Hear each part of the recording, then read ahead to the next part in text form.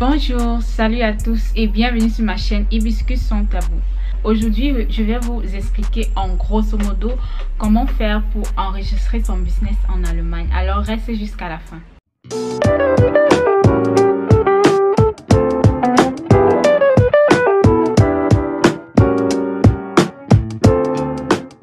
Pour commencer, pour enregistrer ton business en Allemagne, il faut déjà que tu aies l'autorisation d'être indépendant sur ton titre de séjour. Tu dois avoir un titre de séjour qui te permette d'exercer une activité indépendante. Et ceux qui ont ce titre de séjour, ce sont parfois les gens qui ont déjà fini des études, des diplômés, des gens qui viennent par regroupement familial, des gens qui ont un enfant allemand, des gens qui ont un parent allemand. Et tous ces gens-là peuvent avoir ce titre de séjour. Mais si tu n'as pas ce titre de séjour, c'est pas grave. Tu peux toujours écouter la vidéo jusqu'à la fin parce que ça pourra t'aider dans le futur. Pour enregistrer ton business en Allemagne, tu dois aller chez deux organismes. Déjà, le premier organisme, c'est le Finanzamt. Le Finanzamt, en fait, c'est le centre des impôts.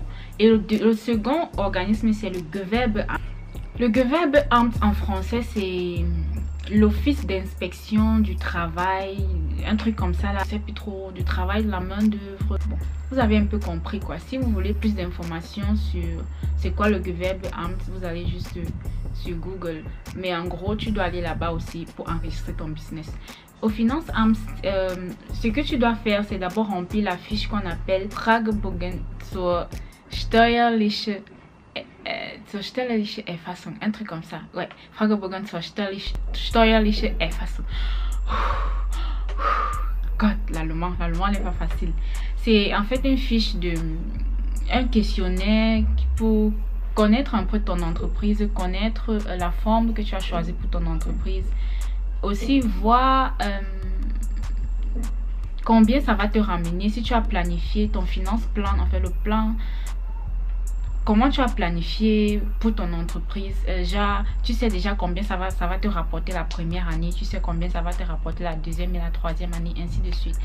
Pour en fait savoir où est-ce qu'on va te placer, est-ce que tu seras une petite entreprise ou tu seras un GmbH. Un GmbH, c'est déjà les grandes entreprises comme Lidl, Otto, les grandes entreprises là quoi.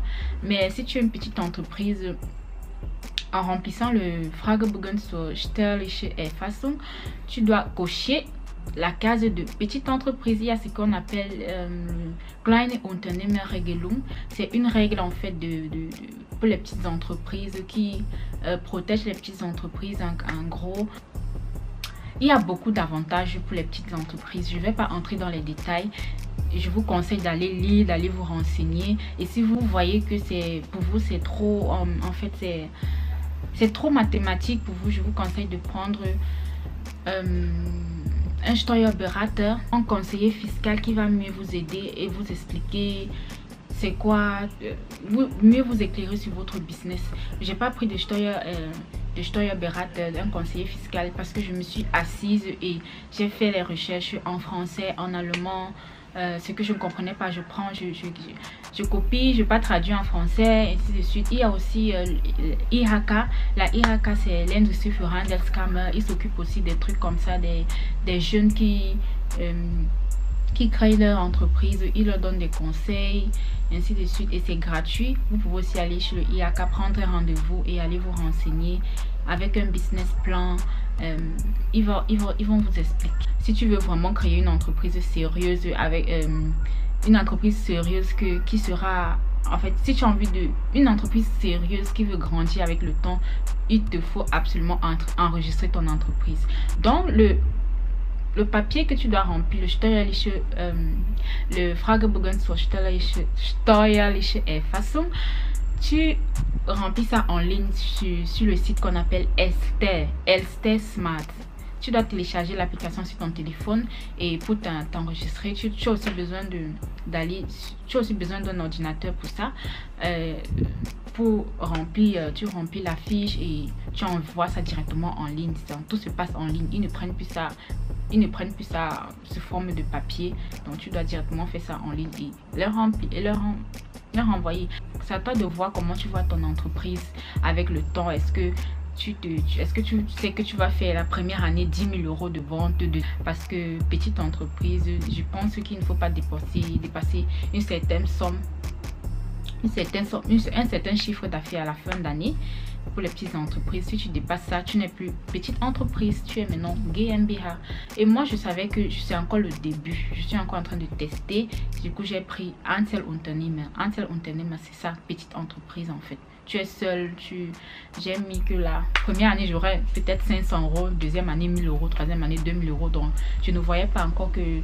je ne voyais pas encore... Parce que déjà pour commencer, j'ai investi avec 50 euros. Donc je ne voyais pas encore faire de gros chiffres d'affaires à la fin d'année. J'ai pris comme ça et j'ai coché la case petite entreprise pour sortir dans les problèmes, pour ne pas faire les trucs de...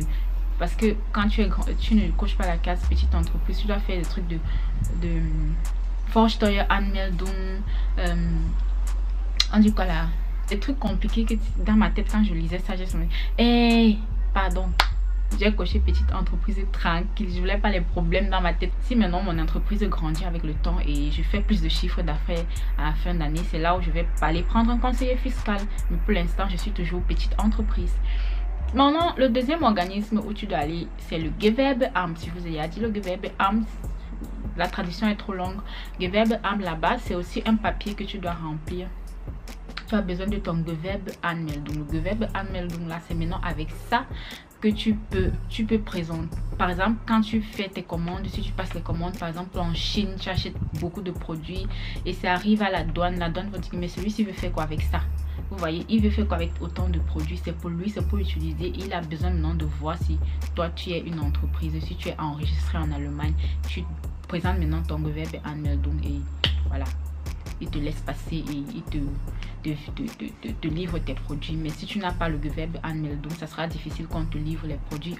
Mais si tu veux encore commencer ton business dans le noir là, pour juste voir un peu la tendance, je pense pas que tu aies besoin d'enregistrer ton business pour l'instant. Tu fais encore ça en solo, en cachette là, et tu ne publies pas ça trop sur les réseaux parce que ils sont partout. Les gens du fisc, ils sont partout. Ils vont voir qu'il y a des flux un peu de partout chez la fille. Qu'est-ce qu'elle fait, Ils vont faire mener les enquêtes. Ils vont découvrir que tu as un business. C'est mort pour toi. Tu vas payer les frais, l'amende pour rien.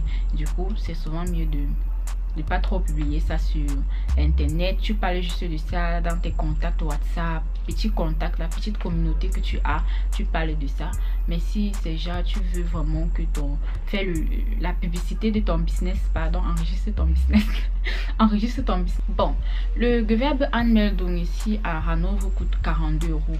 Maintenant à Berlin, mon ami avait dit qu'il avait payé 20 euros. Donc ça varie le Gewerbeanmeldung. C'est payant, hein. Ne pensez pas que vous allez y aller. Non, c'est payant, ils veulent aussi pour eux. Et quand ce qui énerve encore, c'est que quand tu déménages pour une autre ville, tu dois te réenregistrer dans la ville où tu as aménagé et payer de nouveau. Et c'est toujours pareil sur la fiche, on va juste te demander le nom de ton entreprise, la forme de ton entreprise. Ton entreprise consiste en quoi exactement et où on demande ça. Mais autant d'explications possibles. Autant d'explications possibles comme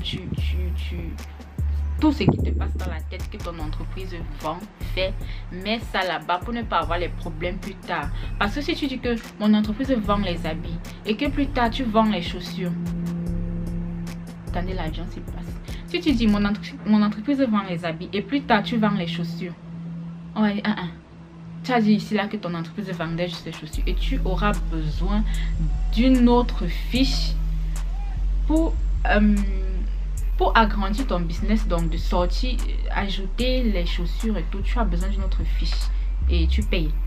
Donc mieux tu écris tout ce que tu veux, même dans le futur, même si tu commences d'abord à vendre les habits et après tu vas acheter les chaussures, mais que ton entreprise consiste à vendre les habits, vendre les perruques, vendre le make-up, vendre ceci, cela, mets tout ça dans la case où il faut remplir. Là tu mets tout ça là-bas dedans et tu signes et je pense que c'est tout. Tu signes, tu envoies et ils vont ils font leur travail et après ils re-signent et ils mettent leur cachet, ils te renvoient. ce qui te renvoie là, c'est pour toi. Maintenant, tu gardes ça soigneusement. Dès qu'il y a un problème avec ton entreprise, tu montres juste ça. Tu montres juste ton Gewerbe anmelden. Donc voilà, mon entreprise est angemeldet. Voilà ça. Donc c'est un peu ça. Comment on fait pour enregistrer son business en Allemagne. Il n'y a plus grand chose. Maintenant, si vous voulez plus d'informations, comment choisir la forme de son entreprise, c'est quoi le Klein Unternehmerregelung, c'est quoi ceci, cela, asseyez-vous s'il vous plaît, asseyez-vous même si c'est le téléphone, même si c'est sur l'ordinateur, faites vos recherches.